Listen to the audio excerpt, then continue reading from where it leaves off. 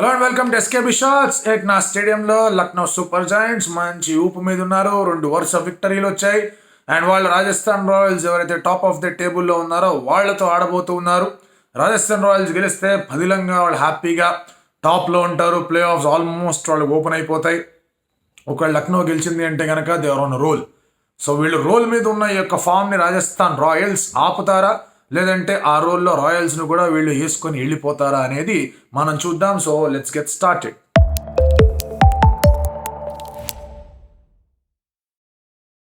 So ఈ యొక్క game ఏదైతే ఉందో ఆ గేమ్ అనేది మల్టిపుల్ యాంగిల్స్లో దీనికి ప్రీవియస్ జరిగిన గేమ్ తాలూకు ఇంపాక్ట్ కూడా ఈ గేమ్ మీద ఉంటుంది.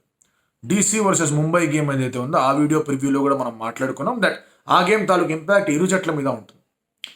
For example if DC wins, Lucknow super giants అనుకుంటారు వామ్మో ఇది అస్సలు ఓడిపోకూడదు, ఎలాగైనా సరే గెలవాలి, వాళ్ళకన్నా ముందు వెళ్ళాలనే ఆలోచనతో ఉంటారు. పైగా they will get ahead of SRH కూడా, ఆ ఒక ఆలోచన కూడా ఉంటుంది వాళ్ళకి. So that is their first thought. ఒకవేళ ముంబై గెలిచింది అంటే కనుక దే విల్ బి థింకింగ్ అమ్మో ఇక్కడ మనం గెలవకపోతే Mumbai might just catch up. So అలాంటి క్యాచప్లు అవన్నీ జరగకుండా ఉండాలంటే గెలవాలని వాళ్ళు ఆలోచిస్తారు.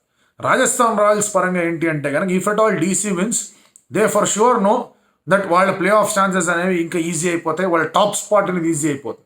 ముంబై గెలిచినా కూడా వాళ్ళకి ఈజీ అయిపోతుంది. సో వాళ్ళు కొంచెం అన్ఎఫెక్టెడ్గా ఉన్నా దే విల్ బి లుకింగ్ ఎవరు రాబోతున్నారు, ఎవరు ఉన్నారు, ఏంటి పరిస్థితి, ఎవరితో ఆడాలి, ఎవరెవరి ఈక్వేషన్స్ ఎలా ఉంటాయో చూస్తారు. సో గట్టిగా ఎఫెక్ట్ అయ్యేది Lucknow super joint. So they should be ready to not get affected by that. అంటే ఒక కన్ను అలా చూస్తూ ఉండాలి. జల్సా సినిమాలో పవన్ కళ్యాణ్ చెప్పినట్టు ఐమూలగా అలా చూస్తూ ఉండాలి. కానీ ఇక్కడ మూలంగా వాళ్ళ ఫోకస్ అంతా కూడా ఈ మ్యాచ్ మీద పెట్టాలి. So let us see what is going to happen. ఒకటి స్టార్టింగే మనం మాట్లాడుకునేది పిచ్ గురించి. డ్యూ వస్తుందా రాదా అనేది is the first question. So due వస్తుంది అని అనుకుంటే కనుక ఏం చేయాలి, డ్యూ రాకపోతే ఏం చేయాలి అనేది ఆలోచన. బట్ లక్నోలో చూసుకుంటే కనుక కాసంత డ్యూ అనేది కనిపించింది కాబట్టి that is always there in the budget. Fielding team toss గెలిచి ఫీల్డింగ్ చేసుకోవడానికి అది ప్రేరేపించే ఒక నిర్ణయం. కాకపోతే రాజస్థాన్ రాయల్స్ కానివ్వండి, లక్నో సూపర్ జైంట్స్ కానివ్వండి, వాళ్ళిద్దరు కూడా మంచి కాన్ఫిడెన్స్ మీద ఉన్నారు. ఆ కాన్ఫిడెన్స్కి రీజన్ ఏంటంటే లాస్ట్ మ్యాచ్ వాళ్ళు గెలవడం మాత్రమే కాదు, రాజస్థాన్ రాయల్స్ జైస్వాల్ సెంచరీ కొట్టి గెలిచాడు. అలాగే ఇక్కడ లక్నో సూపర్ జైంట్స్ ఏం ఆడుతున్నాడు అబ్బా స్టాయినిస్ ఆడాలి కదా స్టాయినిస్ అనుకుంటున్న టైంలో స్టన్నింగ్ స్టాయినిస్ ఇన్నింగ్స్ అనేది జపాకులు ఆడేసి అక్కడ 100 కొట్టేసి 210 టార్గెట్ని చేసేసి ఇక్కడ రెడీగా ఉన్నారు. So it is definitely a high voltage clash వీళ్ళిద్దరి మధ్య జరిగిన ఫస్ట్ ఎన్కౌంటర్ ఈ యొక్క సీజన్లో రాజస్థాన్ రాయల్స్ ఎలా గెలిచారో చూసాం. That is where Sandeep Sharma is a death bowler, Avesh Khan is a death bowler. వాళ్ళ పనులు వాళ్ళు సక్రమంగా చేసుకొని వెళ్తున్నారనే నమ్మకాన్ని ఈ ఫ్రాంచైజీకి వాళ్ళు కలిగించారు. Lucknow super Giants started well. సరే బోల్ట్ బౌలింగ్లో డికాక్ అవుట్ అయినా అక్కడ రాహుల్ బాగా ఆడడం, ఆ తర్వాత పూరన్ దగ్గర నుంచి మంచి ఫామ్ అనేది రావడం, ఈ నానా విధాలుగా మనం ఆ మ్యాచ్లో చూసుకున్నాం. లక్నో సూపర్ జైంట్స్ అనేవాళ్ళు వాళ్ళ బ్యాటింగ్లో ఇంకొంచెం కన్సిస్టెన్సీ తీసుకొచ్చే ప్రయత్నాలు చేస్తారు. ఆ కన్సిస్టెన్సీ ఏ విధంగా అంటే కనుక దేర్ నంబర్ 3, నంబర్ 4 స్పాట్లో సరే మొన్న స్టాయినిస్ని పంపించారు ఆడమని చెప్పారు. ఈసారి కూడా ఆ నిర్ణయమే తీసుకోవచ్చు. బట్ ఎవరు దేవదత్ పడికల్, దీపక్ కూడా మన ఫినిషర్ జాబ్ చేశారు.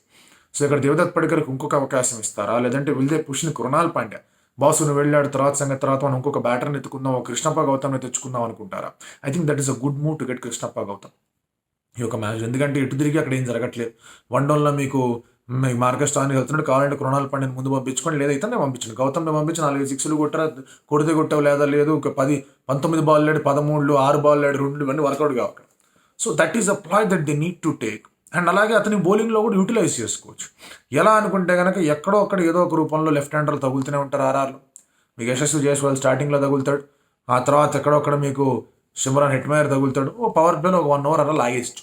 అలాంటి ప్రయత్నాలు చేయొచ్చు అతని దగ్గర. ఎందుకంటే హుడ్డాకి బౌలింగ్ ఇవ్వాలా ఇవ్వద్దా అనే మీమాంసలో KL రాహుల్ ఉన్నాడు కాబట్టి. సో ఇది మినహాయించి వాళ్ళ బౌలింగ్ అనేది సార్టెడ్. మ్యాట్ హెన్రీ బాగా వేస్తున్నాడు స్టార్టింగ్లో, వికెట్ తీయడానికి తను వర్సెస్ బట్లర్ మంచి బ్యాట్లు అవుతుంది.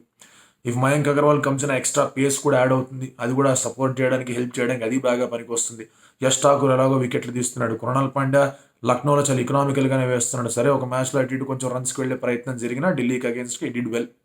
బిష్నాయ్ కాస్త రన్లు ఇస్తున్నాడు అనుకున్నా కూడా లైక్ రియాన్ పరాగ్ కానీ ఆ తర్వాత వీళ్ళందరూ ఉన్నారు కాబట్టి వాళ్ళు ఆలోచిస్తారు అమ్మో బిష్నాయ్ కొంచెం జాగ్రత్తగా ఉండాలి అని చెప్పి.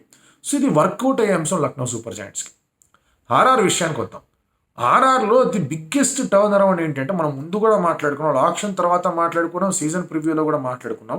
వాళ్ళ ఫాస్ట్ బౌలింగ్ యూనిట్ వాళ్ళు ఎంత తొందరగా సరి చేసుకుంటే అంత మంచిది. వాళ్ళకున్న ఇబ్బంది అదొక్కటే, మిగతా ఏమీ లేవు వాళ్ళ దగ్గర అని మాట్లాడుకున్నాం. ఎప్పుడైతే వాళ్ళ ఫాస్ట్ బౌలింగ్ యూనిట్ సెట్ అయిందో వాళ్ళు రీసెట్ బటన్ నొక్కాల్సిన అవసరమే రాలేదు వాళ్ళకి. ఎందుకంటే just look at their fast bowling. Boult బాగా వేస్తున్నాడు, సందీప్ శర్మ చాలా బాగా వేసాడు, ఇంజరీ తర్వాత వచ్చి మళ్ళీ అదరగొట్టాడు. ఆవేష్ ఖాన్ ఆవేశంతో వేస్తున్నాడు, ఆవేశంతో పాటు కాస్త ఆలోచించి కూడా వేస్తున్నాడు, వికెట్లు తీస్తున్నాడు. అలాగే డెత్ బౌలింగ్లో చాలా అద్భుతంగా వేస్తున్నాడు.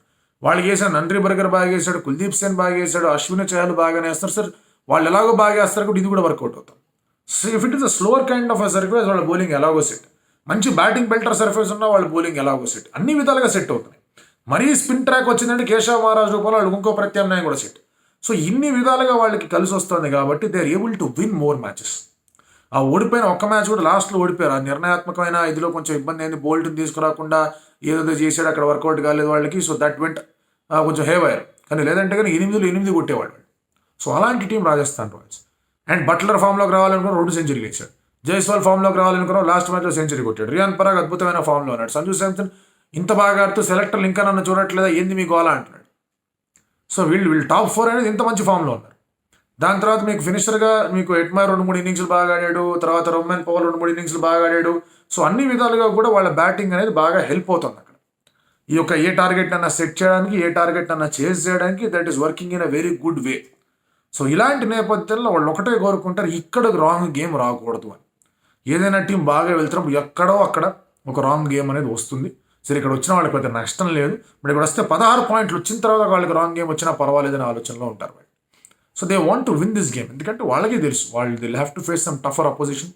వాళ్ళు చెన్నైతో ఆడాల్సి వస్తుంది, హైదరాబాద్తో ఆడాల్సి వస్తుంది, కొన్ని ఇంపార్టెంట్ మ్యాచ్లు వాళ్ళకి ఉన్నాయి.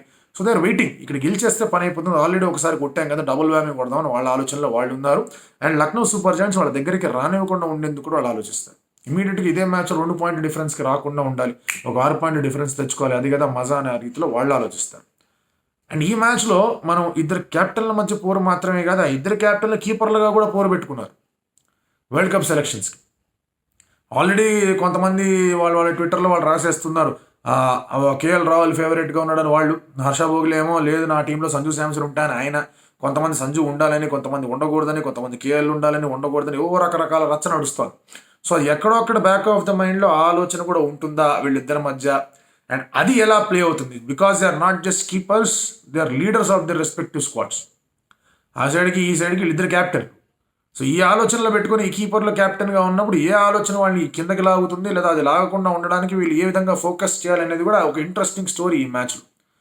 అండ్ ఎస్, ఈ ఒక రకంగా మాట్లాడుకుంటే ఆ పోర్ కూడా ఉంటుంది. So both of them want to make statements. So అది ఎలా ఉంటుందో చూడాలి. కీ బ్యాటిల్ మనం మాట్లాడుకుందాం, Boult versus Rahul and Quinton de Kock. చాలా అద్భుతమైన, చాలా కీలకమైన battle. Avesh Khan versus Stoinis or Nicholas Pooran, అది చాలా important. Avesh Khan versus Nicholas Pooran వేసుకుందాం, చహల్ వర్సెస్ స్టాయినిస్ వేసుకుందాం. తర్వాత మీకు అశ్విన్ బౌలింగ్ వేస్తుంటే అశ్విన్ అటాక్ చేయడానికి అందరూ ప్రయత్నం చేస్తారు. అశ్విన్ ఎట్లా ఆడతారు అనేది కూడా చాలా కీలకంగా మారుతుంది. లాస్ట్ 2-3 మ్యాచ్లుగా అశ్విన్ వికెట్ టేకింగ్ అబిలిటీ కాస్త తగ్గింది, కాస్త రన్లు ఎక్కువ ఇస్తున్నాడు, అది చూసుకోవాలి. సో ఆ ఒక ఆస్పెక్ట్ కూడా ఉంది, ఎట్లా చేయాలి, ఏం చేయాలి. అండ్ ఇటువైపు నుంచి చూసుకుంటే కనుక వీళ్ళ దగ్గర సాలిడ్ బౌలింగ్ ఉంది. Matt Henry versus Jos Buttler, చాలా ఇంపార్టెంట్ బ్యాటిల్, అది ఎలా ఉండబోతుంది ఏంటి అని. ఎందుకంటే వన్స్ జాస్ బట్లర్ కనుక చిక్కాడు అంటే మ్యాట్ హెన్రీకి అక్కడ కొంచెం ఆలోచిస్తారు, ఇదేంటబ్బా అని. జాస్ బట్లర్ ఆడాడు మ్యాట్ హెన్రీని అంటే అప్పుడు ఇబ్బందులు అవుతాయి ఎల్ఎస్జీకి. మయాంక్ యాదవ్ ఆడతాడా, మయాంక్ యాదవ్ ఆడాడంటే కనుక ఎక్కడ ఆడతాడు, ఎక్కడ బౌలింగ్ చేస్తాడు, చాలా చాలా ఉన్నాయి అసలు ఈ మ్యాచ్లో చూడాల్సిన అంశాలు. అందుకే ఇది ఒక absolutely mouth watering contest. And దీని తర్వాత మ్యాచ్ల మీద కూడా ఈ మ్యాచ్ తాలూకు ఇంపాక్ట్ ఉంటుంది. ఇప్పుడు తర్వాత మీరు GT versus RCB, of course ఆర్సీబీకి ఛాన్సెస్ ప్లే ఆఫ్స్కి వెళ్ళడానికి, జీటీ విల్ బి స్టిల్ ట్రైమ్. ఓకే మనం గెలిచామంటే కనుక ఒకవేళ లక్నో ఈ మ్యాచ్ ఓడిపోయి మనం 10 వాళ్ళు 10 అని మాట్లాడుకుంటారు. అండ్ అలాగే ఆ తర్వాత మ్యాచ్లో ఎస్ఆర్హెచ్ చెన్నై వాళ్ళిద్దరి మధ్య ఆల్రెడీ గోల ఉంది. ఎస్ఆర్హెచ్ గెలుస్తుందా గెలవదా, ఒకవేళ లక్నో గెలిచిందంటే వామ్మోడు మనని దాటారు, గెలవలేదంటే మనతో అందరూ మనం వాళ్ళు దాటాలి. వాళ్ళు దాటారంటే చెన్నై ఆలోచిస్తారు మనమే కదా వీళ్ళని దాటించాం, ఇదేం కావాలని. ఈ ఒక్క మ్యాచ్ ఇంపాక్ట్ అనేది నెక్స్ట్ 2 మ్యాచ్ల మీద కూడా పడుతుంది. ఈ మ్యాచ్ మీద ఇంపాక్ట్ అనేది దాని ప్రీవియస్ మ్యాచ్ తాలూకా ఛాయలు పడతాయి. అందుకే ఈ ఫేజ్లో మనం ఎప్పుడు కూడా ఒక ప్రెషర్ ఫేజ్ అని మాట్లాడుకుంటాం. ఒక మ్యాచ్లో జరిగే పరిణామాలు చాలా టీమ్స్ని, దాదాపుగా ఒక 5-6 టీంలను ఇంపాక్ట్ చేస్తాయి. అండ్ ఈ మ్యాచ్ అలాంటిదే, పాయింట్స్ టేబుల్ని కూడా ఇంపాక్ట్ చేయగలిగే మ్యాచ్ ఇది. ఫేవరెట్స్ ఎవరు నాకే మనం మాట్లాడుకున్నాం. బౌలింగ్ పరంగా ఎవరు కాస్త సెట్గా ఉన్నారు అంటే it is Rajasthan Royals. Rajasthan Royals will start as favourites. కానీ ఊపు మీద లక్నో సూపర్ జైంట్స్ చెన్నైను 2 సార్లు కొట్టి ఉన్నారు, 2 మ్యాచ్లు ఓడిపోయిన తర్వాత 2 మ్యాచ్లు గెలిచారు. కాసంత డెస్పరేట్గా ఉన్నారు, కాసంత కాన్ఫిడెంట్గా ఉన్నారు. వాళ్ళ హోమ్ కండిషన్స్లో ఎట్లా యూటిలైజ్ చేసుకుంటారు అనేది చూడాలి. మీరేమనుకుంటున్నారు?